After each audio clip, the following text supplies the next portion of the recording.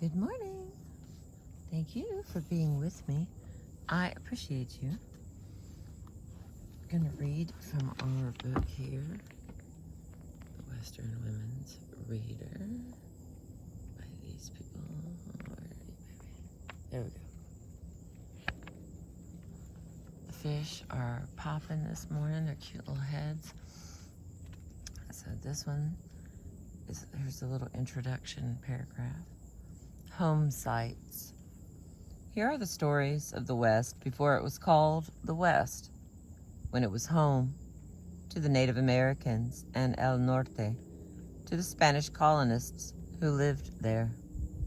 Native American tribes called themselves the people, and the land was the place where creation stories were enacted by the mountains and the animals, by the sky and the clouds and the forest. In these stories, mothers and daughters played principal roles, and the world was often in their keeping. Some stories grow out of Spanish settlements in parts of modern-day New Mexico, Arizona, Nevada, Utah, Texas, California, and Colorado were Spanish-speaking provinces. In those stories, the earth was the stage where divinities worked out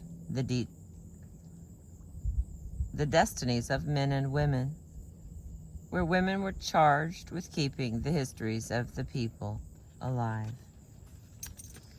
Okay, so the first story on the Homesites category of this book is Willa, Cather. I'm going to put it back up here. There we go. Back and forth. Willa, Cather. 1873 through 1947. The Song of the Lark was Willa Cather's third novel, following O Pioneers and Alexander's Bridge. The story framed more clearly Cather's concern with the dilemmas faced by a woman who wanted to be an artist. Where Alexandra Bergson in O Pioneers was able to live at home and devote herself to her farm, the heroine of Song of the Lark, who is a singer, must choose a life that separates her from the women of her generation. Cather modeled Thea Kronberg on the life and career of Olive Frimstad, the reigning Wagnerian soprano at the Metropolitan Opera, a Swedish-born immigrant who had grown up in Minnesota. Each woman came from obscure beginnings, possessed a special genius, and moved toward international acclaim. The woman who was an opera singer and the woman who was a writer knew what it meant to live in the characters they created and to leave behind family and friends. The scene in the novel when Thea Kronborg recognizes that beauty is everywhere comes ironically when she imagines the life of a woman who belonged to the ancient people of Arizona, called Anasazi. There is irony, perhaps, in the fact that her awakening to art should come from an experience of the past with the cliff dwellers, who left only a few shards of pottery as clues to their history. Nevertheless, epiphanies come when they will, and Song of the Lark remains Cather's constellar roman, her novel of awakening. All right, here we go. The ancient people. The faculty of observation was never highly developed in Thea Kronborg. A great deal escaped her eyes as she passed through the world, but the things which were for her, she saw. She experienced them physically and remembered them as if they had once been a part of herself. The roses she used to see in the florist's shops in Chicago were merely roses. But when she thought of the moonflowers that grew over Miss Telemance's door, it was as if she had been that vine and had opened up in white flowers every night. There were memories of light on the sandhills, of masses of prickly pear blossoms she had found in the desert in early childhood, of the late afternoon sun pouring through the grape leaves and the mint bed in Miss Kohler's garden, which she would never lose. These recollections were a part of her mind and personality. In Chicago, she had got almost nothing that went into her subconscious self. And let me try that again. In Chicago, she had got almost nothing that went into her subconscious self and took root there. But here in Panther Canyon, there were again things which seemed destined for her. All right, thanks for being with me. I know a little stumbly on these words. Thanks for being with me. All right, here we go. Panther Canyon was the home of innumerable swallows. They built nests in the wall far above the hollow grove in which Thea's own rock chamber lay. They seldom ventured above the rim of the canyon to the flat, windswept tableland. Their world was the blue air river between the canyon walls. In that blue gulf, the arrow-shaped birds swam all day long, with only an occasional movement of the wings.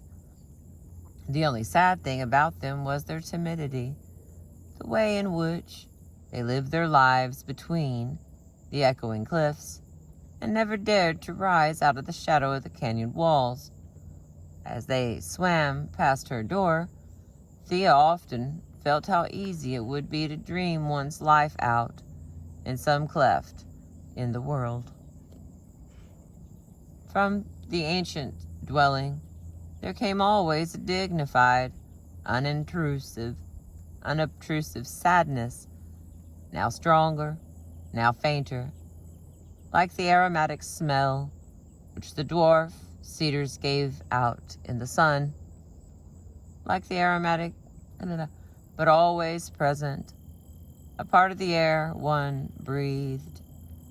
At night, when Thea dreamed about the canyon, or in the early morning when she hurried toward it, anticipating it, her conception of it was of yellow rocks baking in sunlight. The swallows, the cedar smell, and that peculiar sadness. A voice out of the past, not very loud, that went on saying a few simple things to the solitude eternally, standing up in her lodge. Thea could, with her thumbnail, dislodge flakes of carbon from the rock roof, the cooking smoke of the ancient people. They were that near. A timid, nest-building folk, like the swallows. How often Thea remembered Ray Kennedy's moralizing about the cliff cities. He used to say that he never felt the hardness of the human struggle or the sadness of history as he felt it among those ruins. He used to say, too, that it made one feel an obligation to do one's best. On the first day that Thea climbed the water trail, she began to have intuitions about the women who had worn the path and who had spent so great a part of their lives going up and down it. She found herself trying to walk as they must have walked, with a feeling in her feet and knees and loins which she had never known before. which must have come up to her out of the accustomed dust of that rocky trail. She could feel the weight of an Indian baby clinging to her back as she climbed. The empty houses among which she wandered in the afternoon, the blanketed one in which she lay all morning, were haunted by certain fears and desires, feelings about warmth and cold and water and physical strength. It seemed to Thea that a certain understanding of those old people came up to her out of the rock shelf on which she lay, that certain feelings were transmitted to her suggestions that were simple, insistent, and monotonous like the beating of Indian drums. They were not expressible in words, but seemed rather to translate themselves into attitudes of body, into degrees, muscular tension, or relaxation. The naked strength of youth, sharp as the sun shafts, the crouching timorousness of age, the sullenness of women who waited for their captors. At the first turning of the canyon, there was a half-ruined tower of yellow masonry, a watchtower, upon which the young men used to entice eagles and snare them with nets. Oops.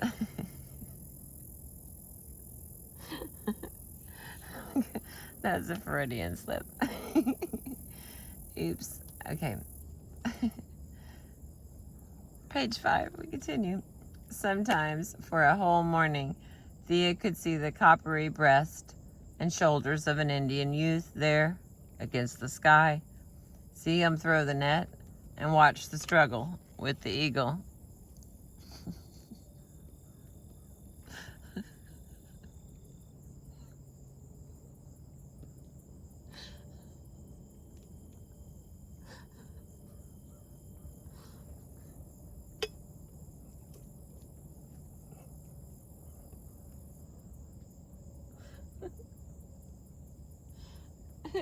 Hang on just a second, that's perfect.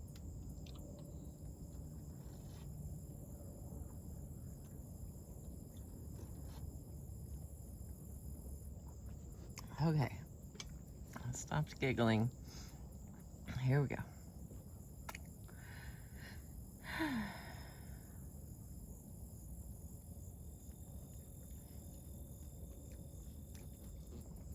Old Henry Biltmer at the ranch had been a great deal among the Pueblo Indians, who are the descendants of the cliff dwellers. After supper, he used to sit and smoke his pipe by the kitchen stove and talk to Thea about them. He had never found anyone before who was interested in his ruins.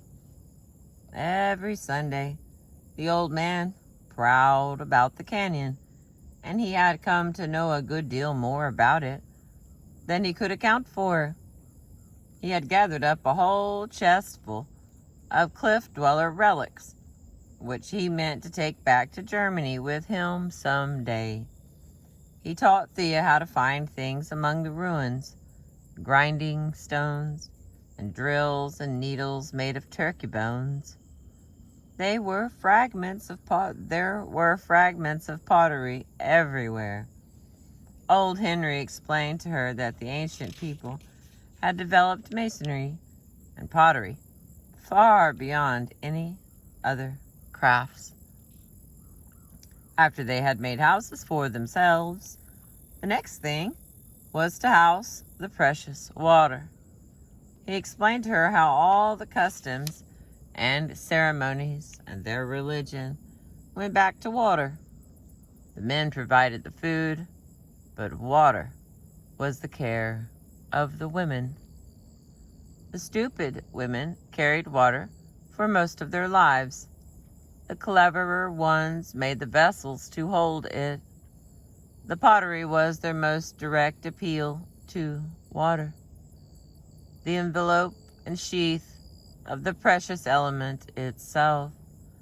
The strongest Indian need was expressed in those graceful jars, fashioned slowly by hand, without the aid of a will.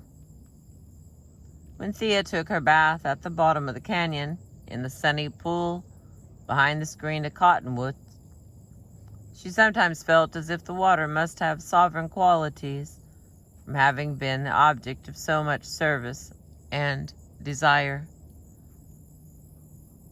That stream was the only thing left of the drama that had been played out in the canyon centuries ago.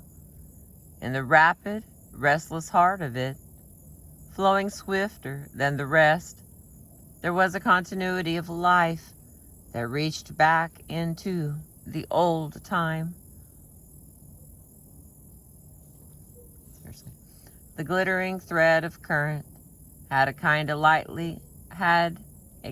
lightly worn, loosely knit personality, graceful and laughing. Thea's bath came to have a ceremonial gravity. The atmosphere of the canyon was ritualistic. One morning, as she was standing upright in the pool, splashing water between her shoulder blades with a big sponge, something flashed through her mind that made her draw herself up and stand still until the water had quite dried upon her flushed skin. The stream and the broken pottery, what was any art but an effort to make a sheath, a mold in which to imprison for a moment the shining, elusive element which is life itself. Life hurrying past us and running away, too strong to stop, too sweet to lose. The Indian women had held it in their jars. In the sculpture she had seen in the Art Institute, it had been caught in a flash of arrested motion. In singing, one made a vessel of one's throat and nostrils and held it on one's breath, caught the stream in a scale of natural intervals. Yes, Ray Kennedy was right. All these things made one feel that one ought to do one's best and help to fulfill some desire of the dust that slept there. A dream had been dreamed there long ago in the night of ages, and the wind had whispered some promise to the sadness of the savage. In their own way, those people had felt the beginnings of what was to come. These potsherds were like fetters that bound one to a long chain of human endeavor. And that's the end of that one. There's further readings if you want them. Let's see how long Beverly's is. Beverly's is a little longer. We're at 18 minutes. Make sure I got the right ladies first. Yep. The first lady. Alright, well, I'll try to read us a second. Oh, my babies. Can you see the pelicans? They make this really sweet sound when they land on the water. It sounds like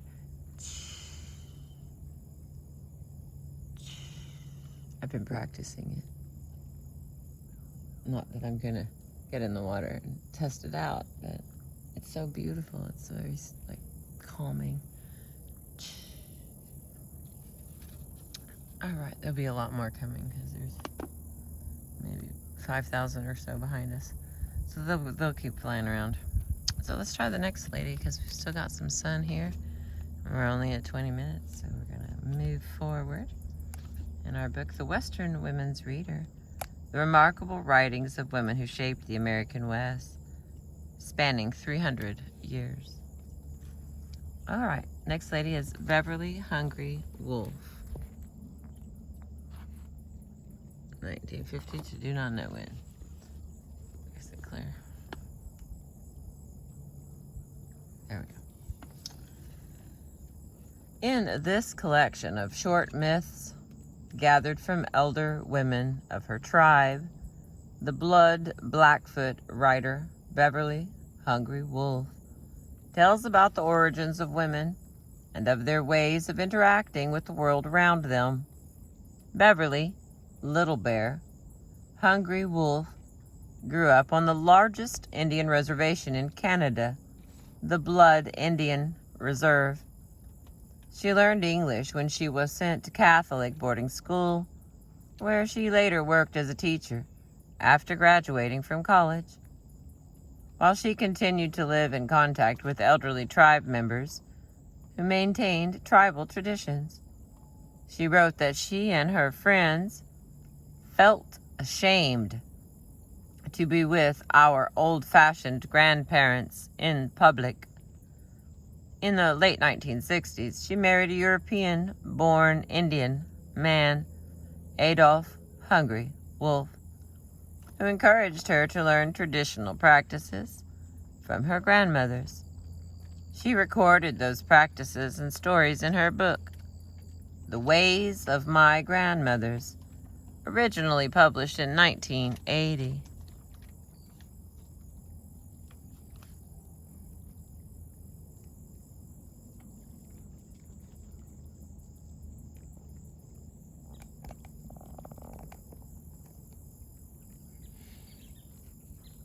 Hungry Wolf wrote the book in part to make traditional practices available to blood women born too late to meet the grandmothers.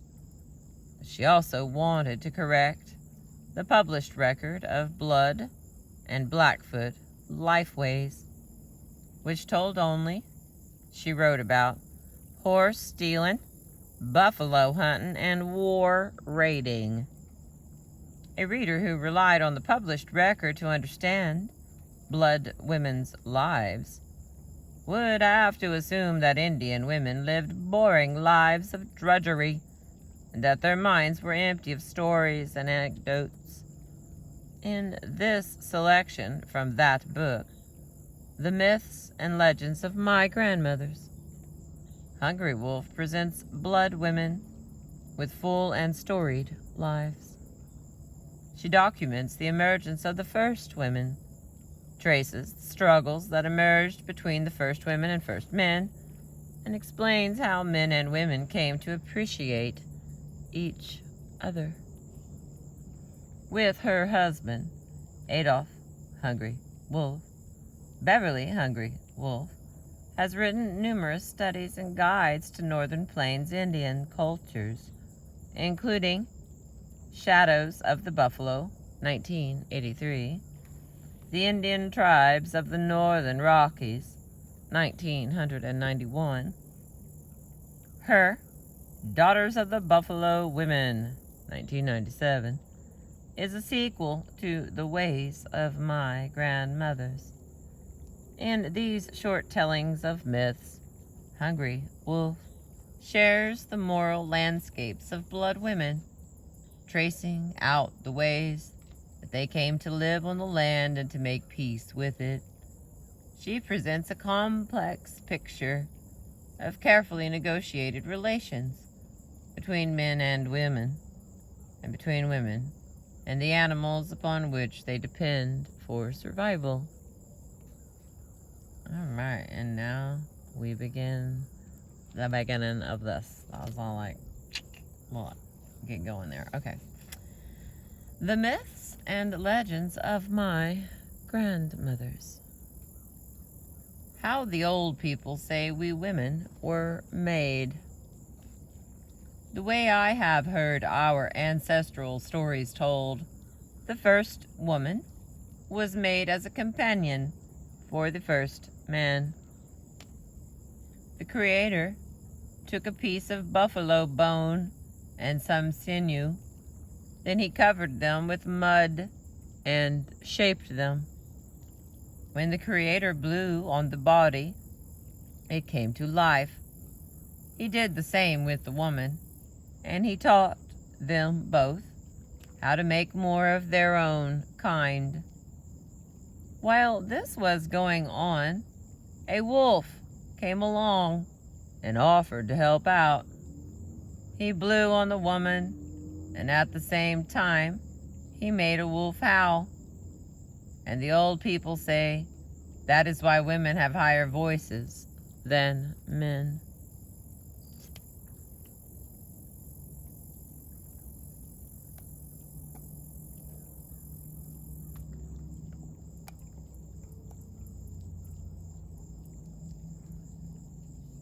Interesting, never heard that before. This first man and woman are said to have lived together happily for quite some time. They had 2 children, both boys. Every day the man went out hunting, and the woman gathered firewood and hauled the water. But one day the man came home earlier than usual, and he found that his wife was still not at home. He became suspicious, and he told the boys to be prepared for trouble. The next morning, the husband told his wife that he was going hunting again. But instead, he went up on a high ridge where he could look down and keep watch on his camp. Soon, he saw his wife going for wood and then for water. Just before she got to the river, the husband saw a large snake crawl behind a rock and change into a handsome man. My birds are coming in. Then he knew what was going on, so he rushed back to camp to tell his children. He gave them 4 magic articles that had great power. He said to the boys that their mother was under the snake's spell, and that she would turn into a mean monster when she learned that they knew about it. He told them to run for their lives. As the 2 boys were running away, they heard a commotion back at their camp, and soon they saw a terrible monster following them. They threw one of the magic articles behind them, and a great mountain range formed. The monster had to climb these mountains, but soon it caught up to the boys again. They threw behind another of the magic articles, and a great forest formed. The monster had to make its way through the thick trees and brush, but soon it was behind them again. They again threw back the 3rd magic article, and behind them they formed a big swamp through which the monster had a hard time to wade. Finally, the boys threw back their last magic article, and a huge body of water formed over which the monster was not able to pass. They say this was the ocean. The 2 boys were now on the other side of the ocean. Some years passed, and finally, one of the boys said to the other, "My brother, I am lonesome over here. You stay here and help out the people, while I go back to the other side and see what I can do there." This one that came back over here was named Napi, which means old man in Blackfoot. Napi came over and did many mysterious things, some of them very helpful, and some of them very cruel and mean. His exploits have been handed down through the ages in a series of tribal legends that are still told today. Many of these legends are so vulgar that only the adults tell them to each other. Napi was the first man to use and abuse women for his own fun and pleasure. He is also credited with making many changes in nature. His favorite camping place was along the foot of the Rocky Mountains, at a place where modern maps show the start of the Old Man River in southern Alberta, Canada. Alright, here's the next part, because it just keeps getting better. My birds are flying in and landed in this tree over here. Right there, that's the tree my birds are in. Good morning, boys. They all look the same. There could be a girl in there. Here we go. How men and women were brought back together. Okay, new category, a new paragraph. How men and women were brought back together. By the time Napi came over to this side of the ocean, the Creator had already made more people. They had a hard time to live because all the country was still covered with mountains, forests, and swamp. So Napi covered the swamp with land, and he divided up the people into different tribes. But the women couldn't get along with the men, so Napi sent them away in different groups. Not long after, he got together with the chief of the women so that they could decide about some important things. The chief of the women told Napi that he could make the first decision as long as she could have the final word. He said that was all right, and the old people say that ever since then it has been this way between men and women. Napi said that his first decision was to have people's bodies covered by hair so that they could stay warm. But the woman said they can have hair, but only on their heads to keep the rain and snow off. If they want their bodies warm, they will have to wear furs and hides. To this, Napi said, then the people have to learn to use tools so they can tan the furs and hides. The men will be able to tan quickly, but the women will take a long time. The woman replied, yes, they will learn to tan. When the men tan quickly, their furs will be stiff and poor. But when the women take a long time, their furs and hides will be nice and soft. Then, Napi decided that the people would have to learn how to cook their food. He said, the men will be able to cook quickly over an open fire, while the women will cook slowly, and they will need utensils. The woman agreed, but added, when the men cook quickly over their open fires, their meals will taste plain and get burned, while the slow food that women cook will be of all different kinds, and it will taste much better.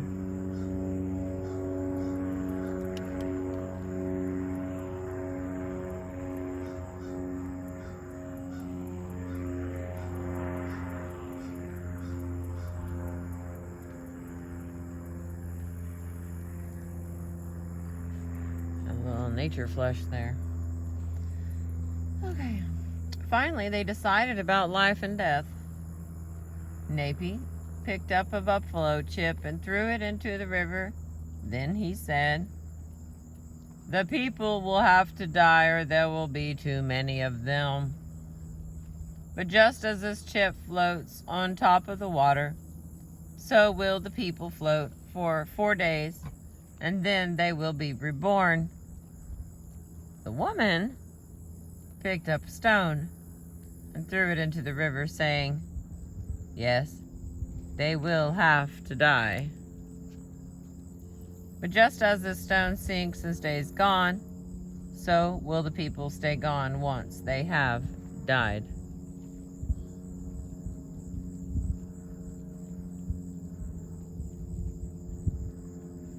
Time went by. I don't know why this keeps wiggling. There we go. Guys, it looks straight. That's all I can say.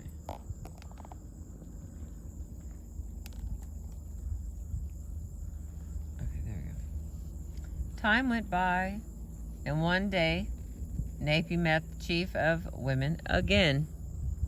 She was crying because her only daughter had died. She said to Napi, "Let us change one thing that we agreed on. Let the people float 4 days, like you said, and then let them come back to life again." But Napi told her, "No, we agreed that you would have the last word, and you have already decided." So the woman lost her daughter. The next time Napi met the chief of the women, she told him, "You are the one that decided for men and women to live separate, and now I want to have the last word about that. From now on, the men and women will live together so they can help each other. I want you to bring all the men to the camp of my women so that they can choose a partner." Napi agreed that it would be done. Now, at that time, the men were living real pitiful lives. The clothes they were wearing were made from stiff furs and hides, hardly tanned at all. They couldn't make moccasins or lodges, and they couldn't even keep themselves clean. They were nearly starved because the food they ate was always plain and usually burned. When Napi told them what had been decided, they were very anxious to join the women. Women got dressed up and perfumed for the grand occasion. Only their chief did not. Instead, she put on stiff old furs and took off her moccasins, thinking she would be most appealing like that for the one that she wanted. She told the other women they could pick any man that they wanted except for Napi. She wanted him for herself. Then the men came to the camp of the women, and the women chose them, one by one, for their partners. The chief of the women went over to Napi and took his arm to lead him to her lodge. Napi yanked his arm away and cursed at her. "Get away from me, you awful-looking woman. I wouldn't have anything to do with someone like you." Then he turned the other way and admired all the good-looking women and wondered which one was going to choose him. The chief of the women was insulted by his reaction, so she went back to her lodge and put on her finest clothes. She cleaned herself up, braided her hair, and put on perfume, and then she went out to look for another man. When Napi saw her, he thought, "My, she looks good, and I think she is coming for me." Instead, she took the man next to him, and soon all the men and women were paired off, except for Napi. He wandered off into the hills, crying, and they say that he became ornery from then on because of his loneliness.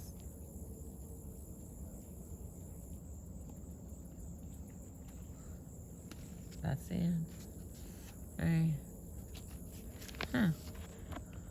There's, in case you want to do further reading. Come on, baby. Where are you at? I can see you. There it is.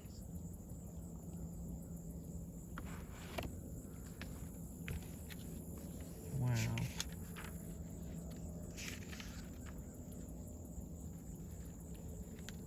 Wow. That's all I can keep saying about that.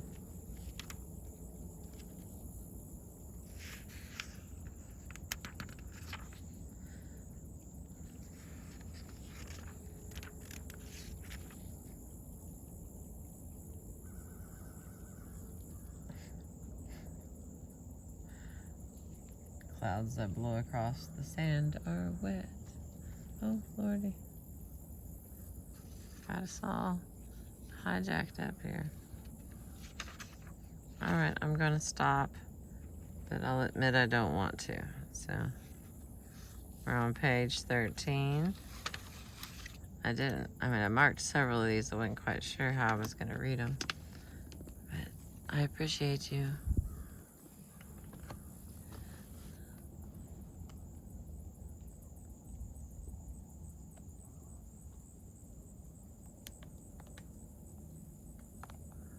That glare is to die for.